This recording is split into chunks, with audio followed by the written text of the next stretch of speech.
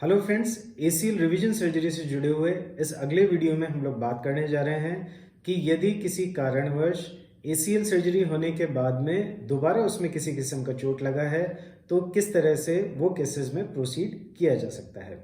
पिछले वीडियो में हम लोगों ने बात किया कि एसीएल सर्जरी के फेल होने के क्या क्या कारण होते हैं। मुख्यतः हम लोगों ने जाना अर्ली रिटर्न टू स्पोर्ट्स या early return to vigorous activities, wrong tunnel placement, associated injuries, या फिर दोबारा किसी किस्म की बहुत ही अधिक चोट लगती है तो ये इन सभी कारणों से एसीएल सर्जरी का फेलियर हो सकता है।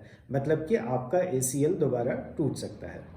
तो दोस्तों, जब भी आपका एसीएल रिकंस्ट्रक्शन हो चुका है और आपको कोई दोबारा चोट लगी है तो आप जब भी अपने डॉक्टर के पास में जाते हैं, सबसे पहले आपके डॉक्टर आपको कुछ समय के रेस्ट का एडवाइस कर सकते हैं, क्योंकि ये आवश्यक नहीं है कि आपको मामूली चोट से भी जो आपका रिकंस्ट्रक्टेड एसीएल है वो टूट ही गया हो।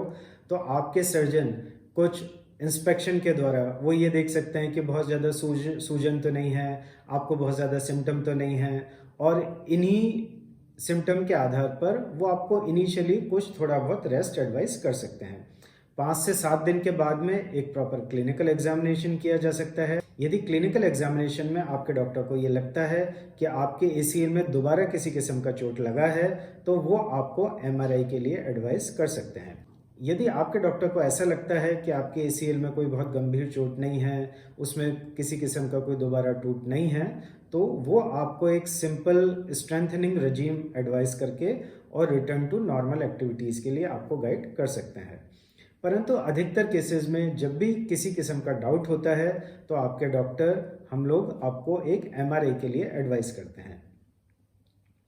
एमआरआई के द्वारा ये देखा जाता है कि आपका जो पुराना रिकंस्ट्रक्टेड एसीएल था उसकी स्थिति क्या है, चोट लगने के बाद में उसमें किसी किस्म का टूट हुआ है या नहीं हुआ, और साथ ही आपके ये जो दोबारा चोट लगी है या और कोई भी कारण है तो उससे जो दूसरे स्ट्रक्चर्स हैं, जैसे जो गद्दियाँ होती हैं या जो दूसरे लिगामेंट होते हैं, उनमें तो किसी किस्म का चोट नहीं लग गया है। तो इस तरह से स्टेप 1 पहले इंस्पेक्शन के द्वारा देखा जाता है, उसके बाद में क्लिनिकल एग्जामिनेशन के आधार पर डिसीजन लेके आपको एमआरआई के लिए एडवाइस किया जा सकता है। अब यहाँ पर हम लोगों को 2 किस्म की परिस्थितियों का सामना करना पड़ सकता है। एमआरआई में यदि हम लोगों को ये पता चलता है कि एसीएल के अंदर चोट नहीं है या फिर पार्शियल चोट है, मतलब बहुत ही मामूली हल्का सा सूजन है या उसके हल्के हिस्से में चोट आई है, तो फिर एक स्ट्रेंथनिंग प्रोटोकॉल के द्वारा, मतलब आपकी जो मांसपेशियां हैं उनको ताकत दे के अपोजिट लिम्ब की मांसपेशी और एक पूरे स्ट्रेंथनिंग प्रोटोकॉल को एडवाइस करके हल्की फुल्की कुछ दवाइयां देके और आपको धीरे धीरे अपनी सामान्य एक्टिविटीज़ में आने के लिए गाइड किया जा सकता है। और जैसा कि मैंने आपको पिछले वीडियो में भी बताया कि जब तक आपकी मांसपेशियों में स्ट्रेंथ प्रॉपर नहीं होती, यूनियन ग्राफ्ट का प्रॉपरली नहीं होता, आपको एक प्रॉपर स्पोर्टिंग एक्टिविटीज़ में रिटर्न नहीं होना चाहिए। यदि इसी परिस्थिति में एमआरआई का इन्फ्लुएंस ये होता है कि आपका एसीएल पूरी तरह से टूट गया है या उसके साथ में कोई एसोसिएटेड इंजरी है, तो आपके सर्जन को फिर रिवीजन एसीएल रिकंस्ट्रक्शन का डिसीजन लेना पड़ सकता है। रिवीजन एसीएल रिकंस्ट्रक्शन मतलब कि जैसे आपका पहले एसीएल का सर्जरी हुआ था उसी किस्म से एक दोबारा एसीएल का सर्जरी आपके घुटने में किया जाएगा। दोस्तों, इस पॉइंट पे ये भी जानना आवश्यक है कि एसीएल रिवीजन का सर्जरी जो होता है वो हमेशा एक चैलेंजिंग सर्जरी होता है और उसका आउटकम भी लगभग उतना अच्छा नहीं होता जितना कि प्राइमरी एसीएल रिकंस्ट्रक्शन का होता है। परंतु फिर भी यदि एसीएल किसी कारणवश दोबारा टूट गया है तो डेफिनेटली उसे रिकंस्ट्रक्ट करना पड़ेगा। तो सबसे पहले इन्वेस्टिगेशन एमआरआई, और एमआरआई के आधार पे कई बार आपके डॉक्टर आपको एक 3D सीटी स्कैन के लिए भी एडवाइस कर सकते हैं। इस 3D सीटी स्कैन का कारण ये होता है कि जब हम प्राइमरी सर्जरी करते हैं तो स्क्रू को फिक्स करने के लिए टनल बनाया जाता है, और कई बार ये टनल, यदि हमारा हड्डी बहुत वीक है या किसी और दूसरे कारण से ये टनल कई बार बहुत ज़्यादा डायलेट हो जाता है, अपना जो उसका सामान्य साइज़ है उससे वो बहुत ज़्यादा बढ़ जाता है।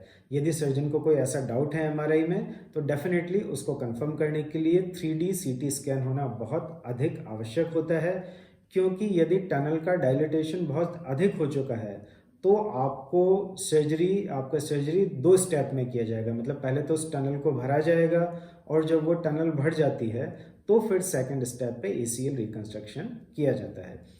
तो इस तरह से पहला investigation MRI followed by CT scan.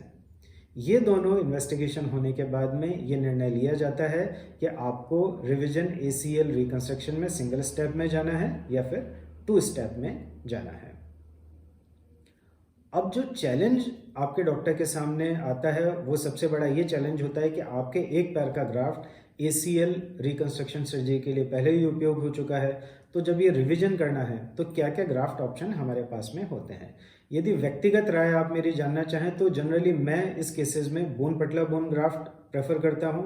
उसके अनेक कारण होते हैं, क्योंकि अब हम लोगों को एक बहुत ही मजबूत ग्राफ्ट की ज़रूरत है और हम लोग ये चाहते हैं कि हीलिंग उसका बहुत ही स्ट्रांग हो। यदि टनल भी थोड़ी बहुत डायलेट हो गई है तो वो केस में भी बोन पटला बोन का जो ग्राफ्ट होता है वो काफ़ी उपयोगी साबित हो सकता है। दूसरे जो ग्राफ्ट के ऑप्शन होते हैं कि हम लोग दूसरे पैर से सिमिलर हैमस्ट्रिंग ग्राफ्ट ले सकते हैं, पेरोनियस लॉन्गस ग्राफ्ट ले सकते हैं और क्वाड्रिसेप्स का ग्राफ्ट भी काफ़ी पॉपुलर आजकल रिवीजन ACL सर्जरी के केसेस में इसका भी उपयोग काफ़ी किया जाता है।